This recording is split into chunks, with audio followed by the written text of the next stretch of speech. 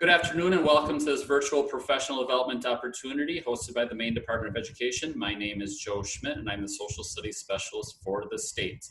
This afternoon, I'm happy, excited to be able to welcome Dr. Wayne Journell from the University of North Carolina, Greensboro for us today. He is the author of Unpacking Fake News, which I was telling him beforehand, my copy must be back in my office because I can't, maybe he's got it. It's a great book.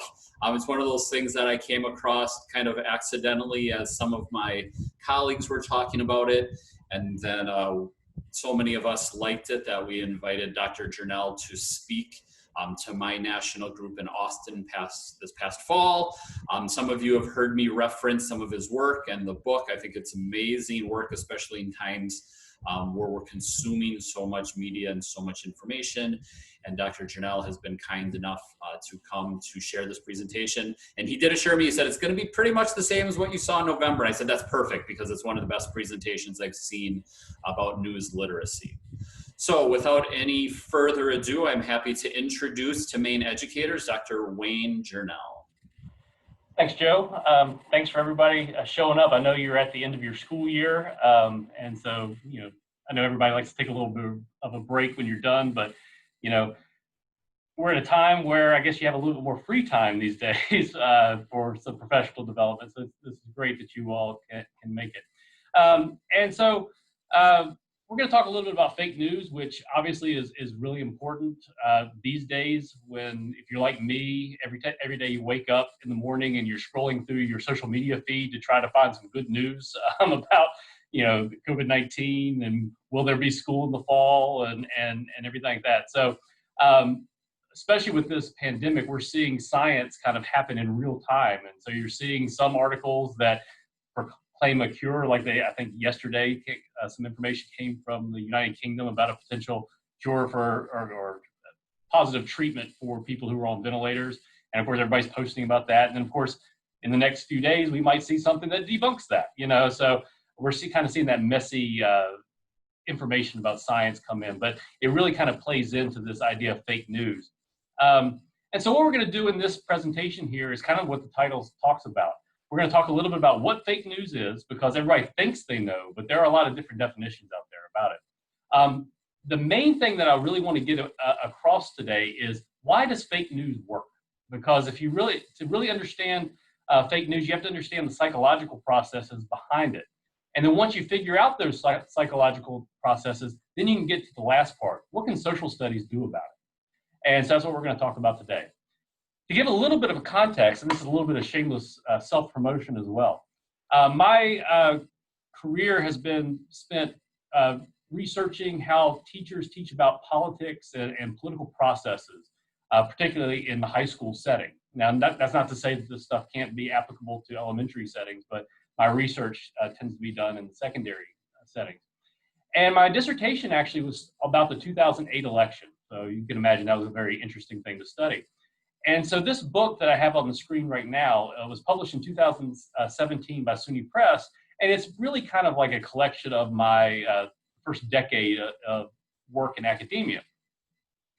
Well, if you know anything about the book publishing process, it tends to be slow. So even though that this was published in 2017, I started working on it in 2015, and I was working on it through the 2016 election. And if you were to get a copy of this and read the conclusion, I will admit that the conclusion probably comes across a little bit wishy-washy, because I had written that conclusion prior to the outcome of the 2016 election. And like a lot of people, I had looked at the polling. I had just kind of assumed Hillary Clinton was going to win. And I had already sent it to the publisher. And then when Donald Trump ended up winning, I said, hey, I need to have some of this, my conclusion back. And I had to rework it a little bit. And really, when I thought about the outcome of the 2016 election, it kind of made me rethink a lot of the stuff that was in the book. The book is still great. I mean, you can see it won the 2018 Exemplary Research and Social Studies Award from NCSS. But one aspect that's not in that book is this idea of fake news and how people consume political information online and things like that. And the 2016 election really kind of brought that to the forefront. So that leads to this book, the one that Joe referenced at the beginning of the session. And I want to briefly talk about this because this one's an edited book. I will serve as the editor on this. And if you know anything about the social studies scholarship out there, these are like heavy hitters within the field. So this presentation draws on a lot of the great work that these folks did, and it's in this book. And that's why I want to acknowledge them before I get started. But if you haven't had a chance to get a copy of this, it's worth getting, just not from my behalf, but to read the great work of all these people who are in the book. So let's talk a little bit about what fake news is. Okay, so everybody hears that term fake news has kind of become ubiquitous since 2016. However, fake news is not new. Okay, this idea of false political information to sway people's opinions, or heavily biased information to sway people's opinions, that didn't start with Trump. He didn't bring that to he brought it to the forefront, but he didn't invent it. And so for the purposes of this presentation, I want to delineate between what I'm calling actual fake news and Trump's version of fake news. And it's important to really make a distinction there. So I'm going to start by talking about actual fake news first. And if you think about actual fake news, the best way to think about it is as being on part of a spectrum. On one end of the spectrum are things that are obviously false, and they don't want to be considered truthful. So like things like The Onion or the Babylon Bee or the Weekend Update, stuff on Saturday Night Live. It's satire. It's meant to be fake, but it's fake to try to be funny. Now, what's interesting though is, like, if you go to the Onion website, it at no point on that website, at least the last time I checked, does it say that they are actual fake news. And I'm sure all of you have been on social media at some point and seen someone post an Onion article and think that it was a legitimate news source. So even though these actual fake news outlets they don't try to claim that they're true, some of them don't necessarily come right out and say it. So you kind of have to be in the know to really understand this information.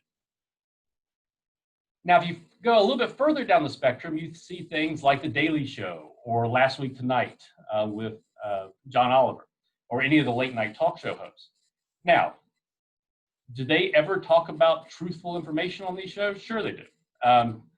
Last Week Tonight in particular is one of my favorite shows to watch each week because John Oliver does a pretty good deep dive into a particular topic, and you can get a lot of useful information about stuff like that. That said, they are comedians. Jon Stewart was famous when he was hosting The Daily Show about talking about how he was not a politician. He wasn't a pundit. He was a comedian first and foremost. And so a lot of times they will make jokes that aren't true. And again, trying to get at that satire, the funny part of it, but you have to have enough information to be in on the joke. So it can still be considered an aspect of fake news. Now let's talk about the type of fake news that I think is on the forefront of most people's minds when they hear this term. And this is stuff that is deliberately false, that comes out trying to sway people's opinions, okay? This is an example of one of the advertisements that the Russians put on Facebook and Twitter during the 2016 election, okay? So that's probably the most famous example of fake news out there, right? The Russian propaganda during the 2016 election, and the Russian propaganda that's probably going to happen again as we start gearing up for 2020. So this one is an obvious fake. It's a famous actor now. To be honest, I can't remember his name right off the top of my head. But he's holding up this placard that says, vote from home. Your vote will count if you tweet it. Now, as social studies educators here, hopefully, no one in this room got bought into that. And I would like to think that most of our students, if they took our civics classes or our government classes, realize that you can't vote by tweet. Now, there's no way to say how many voters this possibly influenced. And if we're being honest, if people thought that they could actually vote by tweet, you may have not wanted them to vote anyway. But the point is, this is the type of example of absolutely 100% fake news that's on the other side of the spectrum. What's interesting, though, is most of the stuff that the Russians put out during the 2016 election wasn't so blatant as what was on the previous slide. This is an example of another one of the things that the Russians put out during 2016. And if we kind of break it down a little bit, you'll see that it has a mixture of stuff that's true and a mixture of stuff that's false. So if you look at the beginning of it, Hillary Clinton had a 69% disapproval rate among all veterans. Now, there's no citations there. Russian trolls don't do a good job of citing their information. But if you were to go and Google and try to find polling data among military veterans during that time, that's not too far off. Most of the military veterans during 2016 did not like Hillary Clinton. And they talk about Benghazi, which most people already know about. And then it says, secondly, Hillary refused to apologize to all veterans when she made several remarks about veterans embellishing the situation at the VA. In 2015, Hillary Clinton was on the Rachel Maddow show, and where she actually said what the ad says, where she claimed the VA was embellishing some of the problems, which led to a lot of some public rebukes from high-profile Republicans, including John McCain at the time. So right up to this point, nothing too far off as far as being factual. Now, if you get down to the last sentence, though, if Hillary becomes the president of the U.S., the American Army should be withdrawn from Hillary's control according to the amendments to the Constitution. Now, there are no amendments to the Constitution that say if the president gets elected, they can have their authority as commander-in-chief be taken away. So this one is a mixture of some factual information, some incorrect information. And when we get to the part about directed motivation and why fake news works, you'll see why these type of advertisements were effective. What's instructive about this is if you look on the screen, you can see that this got shared 308 times by people in this group at the heart of Texas. So, however we want to think about the Russian, influence during the 2016 election, we can see that people commented on it, people reacted to it, people shared it. So this type of information gets shared pretty quickly through the social media outlets. Now, the Russians aren't the only people out there that are peddling fake news. Okay, this is a post that was on the Millennials for Bernie Sanders Facebook page. And it was a post obviously trying to get at Donald Trump's policies about separating children at the border to try to dissuade people from entering the country. And it says, no, this isn't a prison. This is a kids' concentration camp in the U.S. The problem was that picture actually wasn't from any of the detention centers that Trump had set up. It was actually a picture from the Obama administration, one of the detention centers that Obama had for children who would come to the border without any parents whatsoever. So Obama didn't have a policy of separating children from the parents, but they did put children in detention centers who showed up to the border without any guardians or other adults. Then we get to the really on the far end of the fake news spectrum when we start thinking about these news outlets like InfoWars or the one that gets a lot of publicity these days, the America One News Network, that really push a lot of conspiracy theories. So like Alex Jones is famous for his conspiracy theories, and I've listed a few of them here. This is just the tip of the iceberg.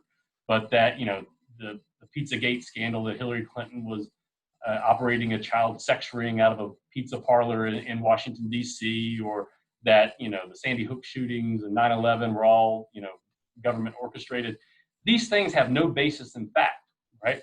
Yet, when you look at the numbers of people who tune into Alex Jones's weekly radio shows, log into Infowars.com, it reaches, the number reaches into the millions. So people are digesting this information that's obviously fake, but they're also consuming it, they're also sharing it, which is problematic. Now the problem is, not only is it just people on the internet or conspiracy news networks, sometimes our politicians spread things that are verifiably false. So if you remember back to like when the Mueller report was released, the first thing that was released instead of the full report was Attorney General Bill Barr put out a summary of the Mueller report. And you can read it here. And it says, the special counsel states that while this report does not conclude that the president committed a crime, it also does not exonerate him. Then when the full Mueller report came out, Barr cited him correctly. It says, accordingly, while this report does not conclude that the president committed a crime, it also does not exonerate him. Yet, what does the president tweet? No collusion, no obstruction, complete and total exoneration. That's just abject. It's incorrect. It's false. And then, of course, what do you see on like conservative news networks like Fox News? And you see Lou Dobbs tonight, vindicated and exonerated, which is just false if you go back to what was in the Mueller report. I'll come back to this example a little bit later when we talk about echo chambers and how we consume news in this country. Trump's not the only one. This is an example of a tweet that was put out by a congressman from Connecticut, if my memory serves correctly, where he talks about, posted this picture of Obama and a Photoshop image of the president of Iran. And it says the world's a better place without those guys in power. Problem is that's a Photoshopped image. Obama never actually met with the president of Iran. They Photoshopped the president of Iran's head on the body of the prime minister of India. So it's not just Trump. Politicians other than Trump are also guilty of spreading fake news. So that's a little bit about actual fake news, stuff that can be verifiably shown to be false. On the other side of the spectrum is Trump's version of fake news. Now, Trump uses the term fake news in a weaponized way. He's been very good at being able to market this idea of fake news. And when Trump uses the term fake news, he's largely talking about news outlets that are biased against him, okay? And one thing that he's done very well, regardless of how you might feel about Donald Trump, is he's read his supporters and their distrust of mainstream media. If you do look at surveys of Republicans, especially Republicans who identify as Trump supporters, they have a high distrust of mainstream media, like CNN and New York Times and Washington Post. And they're quick to call those outlets fake news. And when they're using that definition, they're talking about bias and not necessarily accuracy. How many people saw examples of these type of graphs floating around social media? Yeah, see a couple hands go up. After the 2016 election, you still see them a little bit today. The one on the left was created by someone who tends to lean more liberal. The other person, the one on the right, is someone who is a libertarian, tends to lean a little bit more conservative. These kind of graphs are useful in the fact that they kind of help separate bias from accuracy.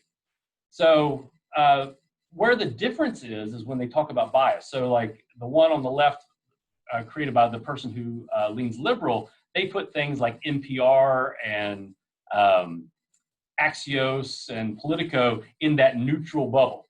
Whereas the person who leans more conservative has NPR and ABC News, CBS News, CNN on the more lean left aspect of it. For the purposes of a discussion about fake news, I'm not so concerned about what's on the right versus the left here. What I'm more concerned about is what's in the corners of each graph. Notice that both graphs put something like InfoWars, which we just talked about. They both, regardless of whether it was conservative or liberal, put InfoWars down at the bottom corner there where it says poor quality. Okay, both say that InfoWars is very much biased towards conservatives. They also say it's a junk news source. You're not getting good news from InfoWars. So that leads to the obvious question for us as educators. It's like, well, can't we just solve the issue of fake news by showing students a graph like this and saying, find your news source and plot it on the graph? Well, yes and no. I mean, these graphs are somewhat useful, but the problem is there are all sorts of news outlets out there that pop up every single day that aren't necessarily on these graphs. So that doesn't necessarily solve the problem. Also, these things just focus on formal news organizations. They don't cover the memes posted by somebody's uncle on Facebook that get shared over and over again. So just being able to say what's a good news source versus what's a bad news source doesn't solve the problem, okay? It's a good place to start. Media literacy is a great place to start, but it doesn't solve the issue of what people might see as far as political information online. Also, it's important to know, even news outlets which are considered high accuracy most of the time, they do make mistakes. So this is an example of, I don't know if you remember when Brian Ross on ABC News, he was a reporter for ABC News, and he posted about Michael Flynn having direct cooperation with the Russians or something along the lines that, with the Mueller report. And it turned out to be just completely 100% false. Now, the difference between ABC News and an organization like InfoWars is when ABC News finds out that they've reported something that's false, they will come out and correct themselves. And they usually take punitive action against the people who make the erroneous claim. So you can see here, Brian Ross left ABC News. Well, he got booted, right? He left, but he was shown the door. So that, so when you see graphs like the one on the previous slide, that's not to say that outlets that are in the high quality, areas of those graphs don't ever make mistakes. They do. It's also not to say that the outlets in the bottom corners that are somewhat erroneous don't ever put factual information out. They do. Does everybody remember the sexual scandal that brought down John Edwards, who was the vice presidential candidate for the Democrats way back when? The National Enquirer is the one that broke that story. I mean, National Enquirer, usually as you walk through the grocery store, you see Elvis sightings and, UFOs and all that sort of stuff, but they were the ones that actually broke that story. So occasionally, the graphs get all messed up, but usually those graphs are a pretty good indication for accuracy. Now, here's where I really want to focus on is once you get a definition of actual fake news and Trump's version of fake news, that's helpful. But what's interesting is that both actual fake news and Trump's version of fake news work for the exact same reason. And I'm going to talk about each of these three things. But the big one is this first one, the psychosocial factors. And then we'll talk about a little bit of the political polarization and the self-selection and echo chambers that really kind of ignites these psychosocial factors. So the main reason why fake news works is based on these two very related topics within political psychology: motivated reasoning and confirmation bias. And basically, the easiest way to think about this is that when people run across information, new information, they basically process it in ways that already fits what they already believe. Okay? We all do it. And in a few slides from now, I'm going to show you a case where I made a mistake. We're always quick to jump because, we think our worldview is correct. And so we see information, even if it's stuff that we see with our own, eyes, a video or something, and we're quick to make reactions based on what we already believe. So what's really insidious and what makes combating fake news so hard for us as educators is that we do it, our students do it, it's part of human nature. We've been engaging in these political psychology aspects since the beginning of human time, okay? This is a perfect example of motivated reasoning and confirmation bias at work. How many people, again, show a hand, saw this particular thing float around during the campaign for president and soon thereafter? Yeah, a lot of my friends who tend to lean more liberal posted this, meme, and it says, if I were to run, I'd run as a Republican. They're the dumbest group of voters in the country. They believe anything on Fox News. I could lie and they'd still eat it up. I bet my numbers would be terrific. And it attributes it to an interview to People magazine in 1998. Now, as far as fake news goes, this one's a pretty easy one to debunk. All right. You just look back at People magazine in 1998 and realize he never said anything like that to People magazine. And there's no record of Trump saying anything like that to anyone. But yet it kept getting shared over and over and over again on social media. A quick Google search, if you Google this, Snopes and PolitiFact and all the major fact-checking organizations said, this is totally false. So why do people keep sharing it? Because it fits into this idea about Donald Trump that Democrats tended to have in 2015 and even after the election. It kind of helped explain why, for many liberals, the unthinkable happened in 2016. Now, what's really interesting about this meme is when I would post something to my friends who had posted this, or I'd see other people post and say, you know, this isn't true, right? Well, they would respond with something that says, well, it might not be true, but you know that's what he really thinks, right? This is another aspect of this psychosocial political psychology aspect of fake news called the backfire effect. And it actually said, research has shown, and the research is a little bit spotty on this about how prevalent it is, but for at least some percentage of the population, even when people encounter factual evidence that challenges preconceived beliefs, it actually makes those prior beliefs stronger. So if you think about our job as educators, one of the things that I always hear is like, well, we can help combat fake news by just teaching them the facts. Well, what this shows is that even when you teach facts to some students or some people, it's not necessarily going to change their opinion. They're just going to double down on what they already believe. All right, so let's go back to the Russians in 2016 again. This is another example of what the Russians posted on Facebook and Twitter and whatnot. Again, most of the fake news posts that were posted by the Russians and other agents trying to influence the 2016 election were not the picture of the actor holding up something by like vote by hashtag or something that's obviously false. Instead, it was posts that aren't necessarily false, but they don't contain all the information. And so that really is a breeding ground for this directed motivation. So if you take a look at this, where it says the Border Patrol agents in South Texas arrested an illegal man from Honduras that had previously been deported and convicted of rape second degree. Now, if you just stop right there, is it out of the realm of possibility that someone came across the border from Honduras and had committed rape? Okay, probably not. Again, Russian trolls don't cite their sources, so we don't know exactly, right? Thanks to Obama and Hillary's policy, illegals come here because they wait for amnesty promise. The wrong course has been chosen by the American government, but all these politicians are too far from the border to see who actually sneaks into it illegally. Again, doesn't really say anything factually necessarily inaccurate, but just really kind of plays into this, or it plays into the stereotypes against immigrants. Rapists, drug dealers, human traffickers, and others. The percent of innocent poor families searching for a better life is too small to become an argument for amnesty and Texas warm welcome. Again, that leads to people's opinions, right?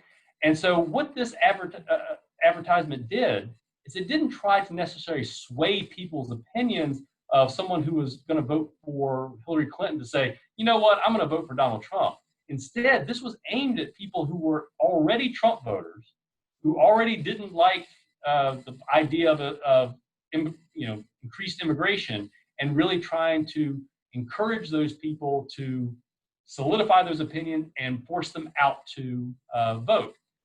Because if you really think about it, it's not too far from this, right? What we heard from Donald Trump on his, I think we just saw I think it was like yesterday was the 5th anniversary of when he came down those elevator stairs and delivered that first speech to announce his candidacy. And so if you look at these two side by side, they're really kind of saying the same thing here, right? It's hard to necessarily say that Trump is lying here, but what is he doing? He's playing to people's fears about immigration without giving the data to counteract it. Because if you look at the data, it's almost unanimous to say that people who come into this country are by and large law-abiding citizens, and they positively contribute to the economy. And that includes people who come here illegally and also people who cross the border illegally. But for people who already have a disposition against immigration, and particularly illegal immigration, when you say stuff like this that can be construed, the directed motivation aspect is going to automatically say, yeah, I agree with that. And going back to the post here, you can see this got shared over 1,000 times within this Heart of Texas, Facebook group. So again, when you think about, everybody talks about the Russians in 2016 and how it influenced the election. It didn't influence the election by turning Democrats towards Trump. It didn't influence the election by turning necessarily even independents toward Trump. What it did is it really influenced the election, if you think that it did, by solidifying Trump's support among his base and really energizing them to come out and vote. This is another example of direct motivation and confirmation bias coming out to play, and it's kind of the same issue. This was a tweet by Donald Trump Jr. and it says, "This image says it all. Let's end the politically correct agenda that doesn't put America first." And the meme is, "If I had a bowl of Skittles and I told you just 3 would kill you, would you take a handful? That's our Syrian refugee problem." Again, not necessarily 100% false. I mean, if you let a lot of people come into, I'm in my office where they have, the green building, my light just went out, but that's all right. But there we go, came back on. If you think about, letting in refugees, is there a possibility that a very small percentage could be terrorists or otherwise want to do harm to the United States? Sure, it's a possibility. How does this play on directed motivation, though, is the size of the bowl of Skittles. If you were really trying to show this in an accurate way, the size of the Skittle bowl would have to be about the size of an Olympic swimming pool, right? And then you could use the example of, would you take a handful and is it worth the risk? But this plays into people's fears, people who already fear refugees and people who fear immigrants coming in, because it has this idea of, you take a handful out of this small bowl, you might have a possibility of encountering a poisoned one. The problem is that in reality, you'd have a better shot of being, struck by lightning or something like that, right?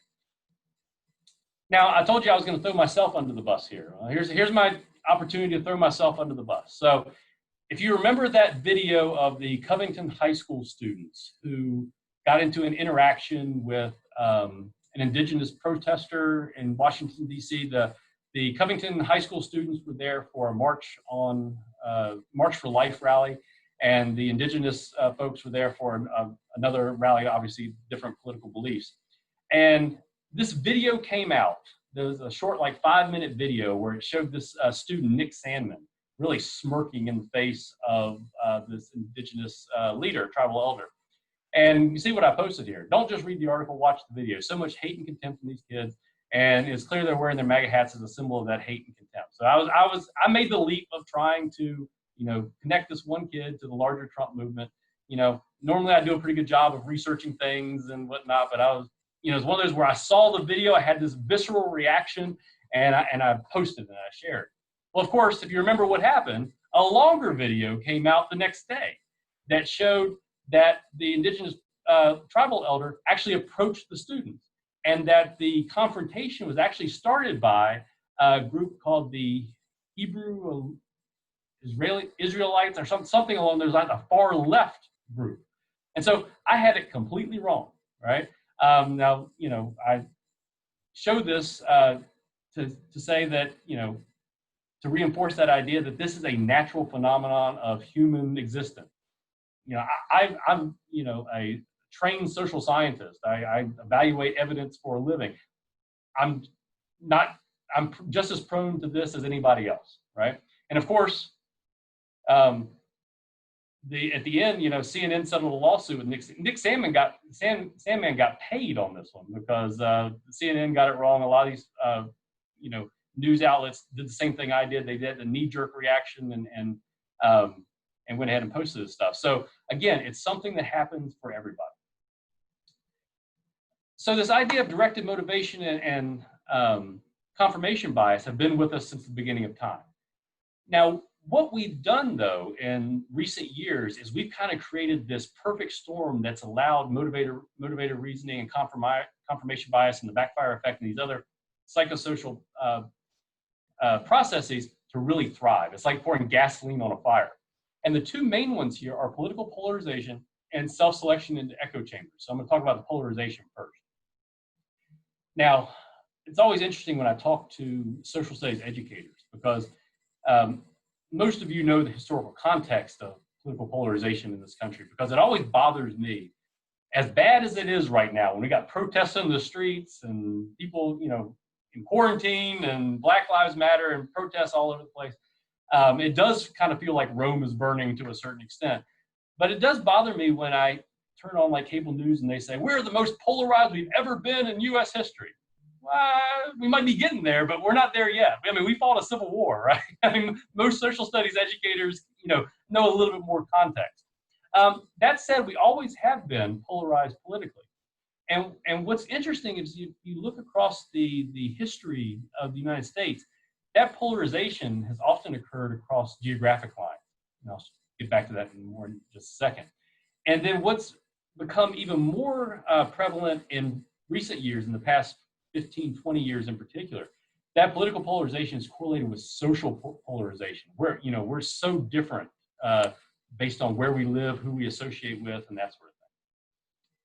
So going back to 1860, speaking of that Civil War, you can see that we were a nation of regions, North versus South, which is not too surprising in 1860, right? The North voted Republican, the South voted Democrat. Again, not too surprising. What's interesting, though, is if you look at 2016, we're still a country of regions, right? The coasts tend to be more blue. The Midwest tends to be more red. The South tends to be more red. Now, going back to the 2016 election, and the common narrative is that the polls were all wrong. Everybody was predicting Hillary Clinton was going to win the election, and the polls, you can't trust the polls anymore. I don't really buy into that because most of those polls were national polls, and Hillary Clinton did win the election, national popular vote by 3 million votes. But if you looked at polling models that were pretty sophisticated, and the one that I always liked to look at was the 538 with Nate Silver. I don't know if anybody paid attention to that site, but on the eve of the election, Nate Silver gave Hillary Clinton a 71% chance to win the election. So he was thinking that she was going to win, but would you bet your mortgage on a 71% chance in a game of poker? I wouldn't, right? The other thing that Nate Silver said that was interesting that turned out to be 100% right is in that blue wall of Wisconsin, Michigan, and Pennsylvania, which had gone blue, right? And that was Hillary Clinton's, the Democrats, as long as they held on to that blue wall, there was no way that they could lose. Well, Nate Silver said, well, I think Hillary Clinton's been taking that blue wall for granted. There isn't a ton of polling data to really know what's going on in that blue wall. And this is the important part. He said, if one of the blue wall states falls, you can expect the other two to fall as well, because the demographics of those 3 states are so similar, and people tend to vote based on regions and demographics. And sure enough, I remember on election night when Pennsylvania fell, it was like, okay, that was like the death knell for the Clinton campaign, because Wisconsin and Michigan kind of came right after. Another way to think about this from a historical perspective is to look at the states commonly known as the Solid South. Now, the reason I bring this example up is because we tend to think of red states versus blue states in this country. Well, if you know history, what has constituted a red state versus a blue state has changed over time.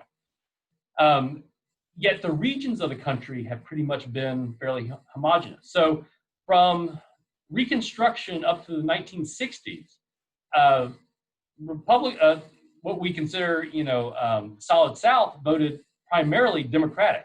And the 1928 election was the biggest electoral blowout for Republicans during that time. The vast majority of the country was red, but yet those states of South Carolina, Georgia, Alabama, and Mississippi, that Solid South, voted together for Democrats. Now, after the 1960s and the Civil Rights Movement, the parties kind of realigned to where the Solid South since then has been pretty much Republican. So the 1996 election was the biggest blowout electoral victory for Democrats during that time.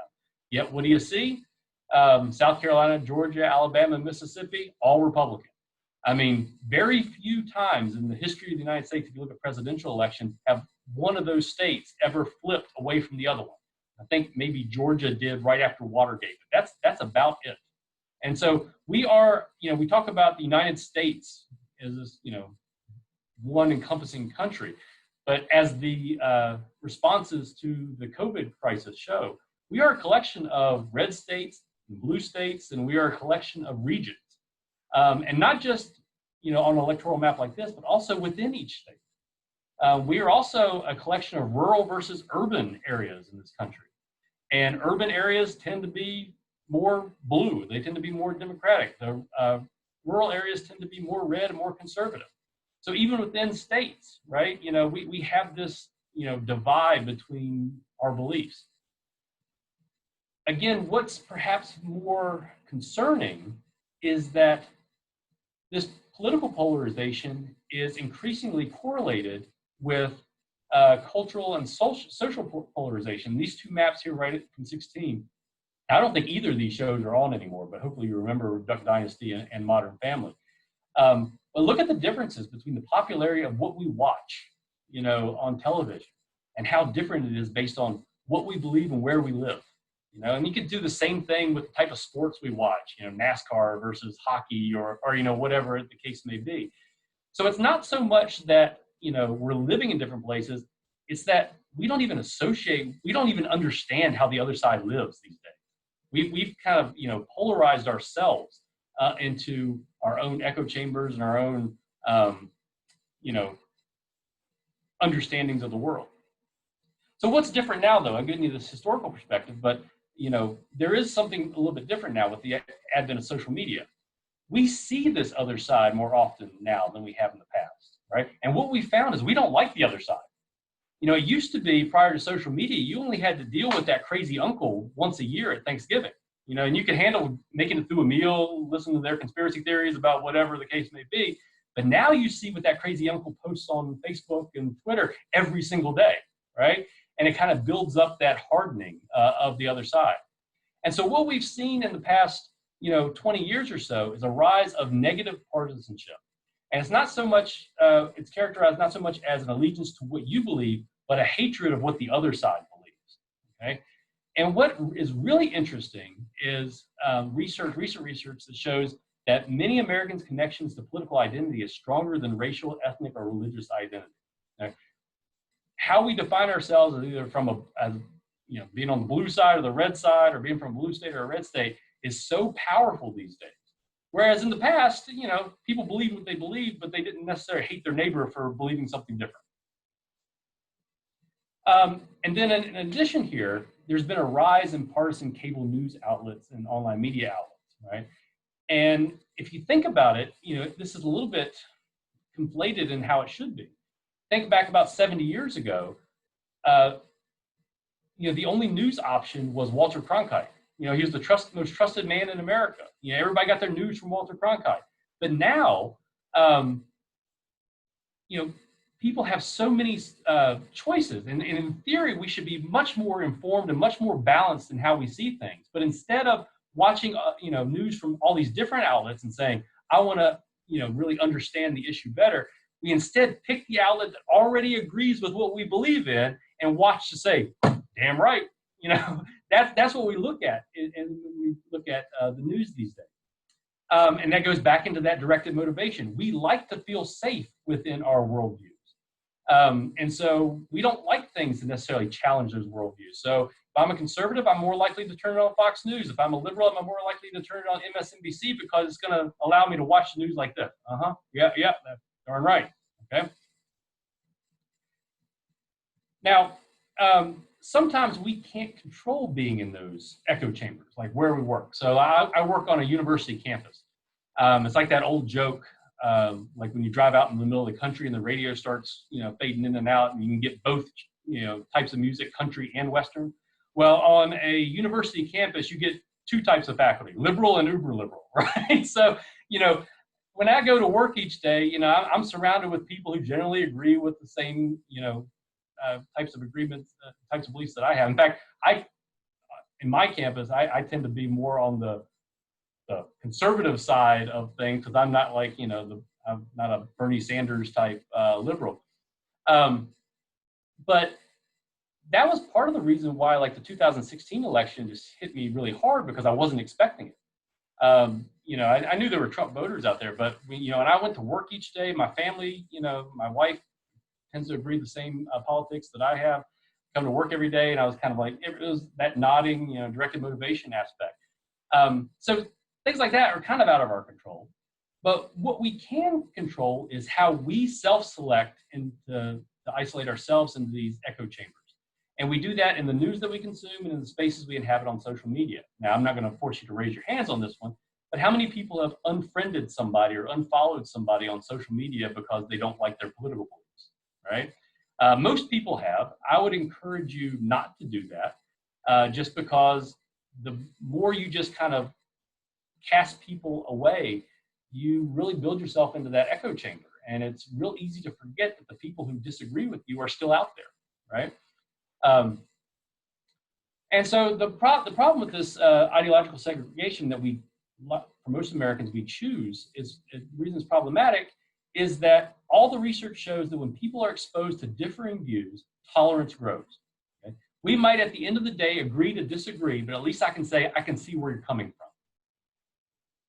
Yet, when like-minded people are together, intolerance grows and people are motivated to action. Again, I think the false narrative that gets put out by the 2016 Russian interference is that they were trying to change people's minds. They weren't trying to change people's minds. They were trying to get people motivated to come out and vote. It's the same reason that politicians have rallies, right? It's the same reason Trump's going to have a rally, I think, on Saturday, and even in the middle of a pandemic, which probably from a public health standpoint, not the smartest idea. But the reason why he feels like he needs to is that is how he was very effective in 2015, 2016, by getting people together, getting them to chant, and having people look side to side and go, yeah, I'm not alone in these beliefs. That's a powerful thing for people to understand. That motivates them to say, I'm not crazy. I'm going to go out and vote, right? And then and we kind of already talked about this, but it creates an ideological news bubble that keeps people from hearing the whole story about any given issue. Now, here's an example of this. Justin Amash, he's a congressman from Michigan, and he was a Republican, but he was the lone Republican in Congress that agreed with impeachment, and that has since forced him to become an independent. But prior to becoming an independent, he was still a Republican at the time. This is after he had come out and said that he was in favor of impeachment. He went back to Michigan and held a town hall meeting with many of his constituents. And they interviewed this lady after his town hall meeting. You can see what she says here. I was surprised to hear that there was anything negative in the Mueller report at all about President Trump. I hadn't heard that before. I mainly listened to conservative news, and I hadn't heard anything negative about that report, and that President Trump had been exonerated. Again, going back to the slides earlier in the presentation, if you just listen to the president and you just watch Fox News, you would have thought he was exonerated. I mean, how many people really read the Mueller report word for word? Not too many, right? And so when you create that ideological news bubble, both on the left and the right, it's problematic because you're not getting the full story. Now, here's the real problem, though. Let's say you today come out and say, well, I'm going to do the best I can to be a well-informed, voter, and I'm going to, not be sucked into these echo chambers. Well, if you're on social media, like most people are, social media will suck you into an echo chamber even if you don't want to be. Social media runs on algorithms that push things like advertisements and also political ads based on your digital profile. So like, for example, if you are someone who clicks on organizations to, save the whales and, LGBTQ plus support, whatever, you're more likely to get Democratic ads. If you're someone who clicks on hunting and fishing and, gun rights, you're more likely to get a Republican ad. Does that necessarily correlate 100% of the time? No, not always, but it's pretty darn close. They're very sophisticated in how they do these things. So anytime you're on social media, they're reading your mind to a certain extent. I mean, I think, my wife and I joke that our Amazon Alexa is listening to us, all the time because, we'll say something in the house and we'll, turn on Facebook or whatever and start scrolling and they'll have an advertisement based on just what we had just talked about. It's not happenstance. They have a very sophisticated way of tracking your movements online and catering information based on what they think you already believe. So what do we do about it? So we're in this post-truth era, and as social studies educators, this should concern us. And so we have a unique position in our schools and our society to kind of combat this a little bit. So some implications. I would argue that we need to move beyond traditional media literacy approaches. I'm not saying throw them out with the baby in the bathwater here, because media literacy is important. If you want to get the book, the fake news book, get it just for the chapter by folks at Stanford, Sarah McGrew, Sam Weinberg, and on those folks. because it's scary. It actually shows how bad middle grades, high school students, and university students are about determining accurate versus inaccurate information online. And also there's research to show that students who do have media literacy instruction have a greater inclination towards accuracy motivation, which is the opposite of directed motivation. But media literacy is not enough, because if you think about those charts, it doesn't really cover everything. There's going to be things that slip through the cracks, like memes that get shown up online that really prey on this idea of directed motivation. So instead, I would argue that in our social studies classes, we need to refocus our attention on these psychosocial elements of why fake news works.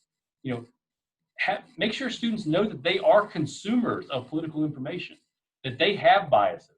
As teachers, we have biases. Really examine those and our proclivity to consume news that fits within our worldviews. I mean, when that second video of the Covington High School students came out, it really, like a gut punch for me, because as soon as it came out, I was like, man, I acted too fast on this. But that takes a certain type of introspection that people need to be able to have, and too often people do not have those dispositions. So I think if you can, really as a social studies teacher, encourage students to develop those dispositions of trying not to make mistakes, but also recognizing that they're human and they will make mistakes. And when they do make mistakes, try to correct it. This one's a little bit controversial, because I know you're, as practicing teachers, you always get told you can't, talk about politics and stuff like that. But social studies doesn't have to be partisan, but it should be political. We should be dealing with these things in our classrooms. We got to be able to talk about polarization, partisanship, how politicians and the media, try to really use this directed motivation to influence society. That's really within our charge as social studies educators. And students, again, have to know that they are consumers of political information, and they're complicit, in these processes. Really get them to think about, what do you share? What do you block? Why do you unfriend people? That sort of thing. And this is important too. I think I call this the avoid the good people on both sides stance. A real quick story about the fake news book. So again, I had, chapters by some of the leading civic educators in the field. And I originally had this first publisher. I'm not going to name the publisher, but if you look at my Vita, it should be pretty easy to figure out, because I'd worked with them several times before, and I'd always had a good relationship with them. And they had agreed on the book, and we're very excited about it. And so we get the book together. I'm really happy about it. I send it to the publisher, and about 2 weeks afterwards, they write back and said, I don't think we can publish this the way it is. You're being too mean to President Trump. Now, if you get the book and you look at it, the only time Trump is really mentioned is in my introduction, okay? And I don't talk about any of his policies or make any, judgments about, his stances on things or anything like that. And if you read the rest of the book, I think Trump's maybe mentioned 3 or 4 times in the entire book. But in that introduction, I do point out times where verifiably Trump has said things that were untrue, right? Not like possibly untrue, but things that were verifiably false, like on the first day of his administration when he said that he had the biggest crowd for an inauguration. And we could see the pictures to show that that wasn't the case, And so I think, sometimes it's gotten to the point where we think about fake news, and we talk, and I think some people are concerned that when we point out when people have made inaccurate statements, that we're taking a political stance. No. You have to be able to call out when people have made erroneous, claims, and doing so in a way that tries to influence politics. And then I think this is the last thing: pierce the echo chambers. This gets to the bias part of the fake news. As that lady from the Amash rally shows, if you just watch conservative news or liberal news, you're not going to get the complete story. So when we're talking about current events and we're talking about things in our classes, make sure you show students both sides of the issue, and let them see how you could take the same facts and spin them one way on one news network and spin them another way on a different news network. And so the only way to really get at the truth, if you will, is to really, again, get the dispositions of trying to force yourself to break out of your comfort zone and look at news outlets that you don't necessarily agree with, that don't fit into your preconceived worldviews. And I think we hit just right at the hour mark here. So I'm done, but I'm happy to take any questions that you have. And Joe, you can do this with the recording on or not, however you want to do it. We will start with, does anybody have any questions for Dr. Journell on the record that you'd like to ask to be recorded for the good of the field? Go ahead and unmute yourself. Anders?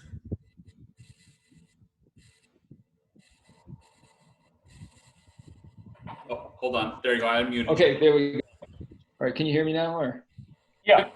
yeah. So I've been on some go-arounds with people on social media, and when I do a little fact check and I cite one of the fact-checking websites like Snopes, PolitiFact, then it becomes, well, they're in on, you know, the deep state or whatever also. How would you address a situation like that? Yeah, it's funny because for some people, you can't even trust the fact checkers anymore, right?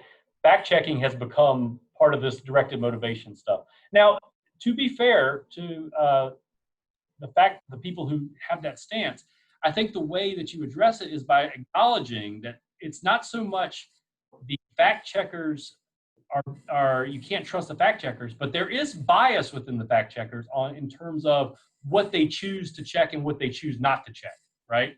Mm-hmm.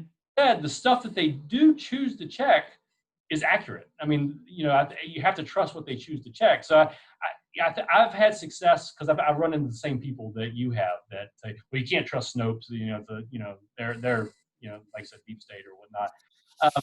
I think when you throw them a bone a little bit and acknowledge, yeah, they're probably biased in what they choose to you know, report on.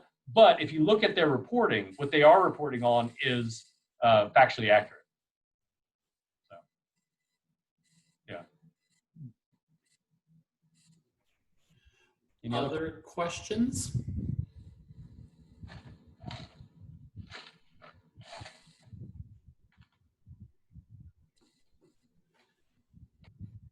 Any questions? One last call. Anything you'd like to get on the record for the good of the field? Questions somebody might be watching later on? I talk too much. That was the problem. I do. I have a question about the ads that are on the news right now in Maine. But yeah, I'm not in Maine, so you got to tell me. I know. They're versus Senator Collins and the person that's running against her, and they're put on by out-of-state, not companies, but out-of-state political groups. Mm-hmm. How do you tell which one's right and which one's wrong? Like, one will say that Collins has lowered the price of immunizations for diabetes, and then another one will say that the opposition does the same thing.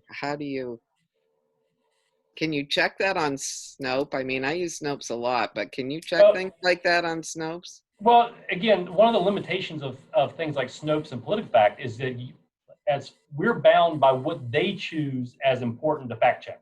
We can't go into Snopes and search, did Susan Collins do this? Now, sometimes it might hit, but that's only if they deem what Susan Collins did on whatever you said it was, diabetes or whatever it was, important.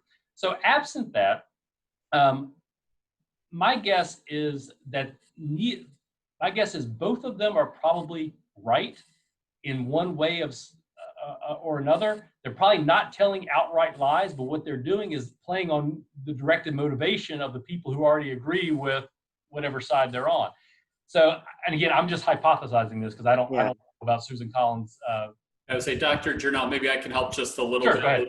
Yeah. I mean, so I think what it is, right, kind of what you'd alluded to at some level, I think the question is, so when you run an entire commercial or meme or blog or anything, right, if you have a 100-page Senate bill and on page 29, you can focus on one line, whereas somebody else is focusing on the line from page 78 or whatever it is.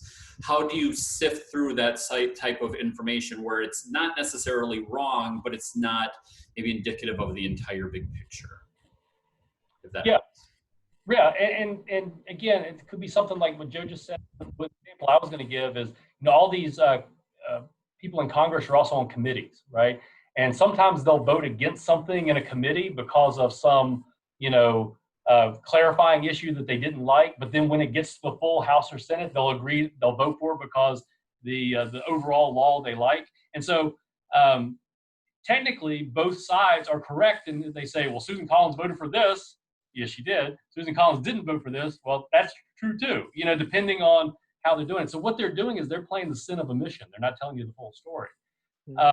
And so usually, especially with a high profile person like Susan Collins, some Googling will help you, get to the answer on those things. You have to put in a little bit of work on it.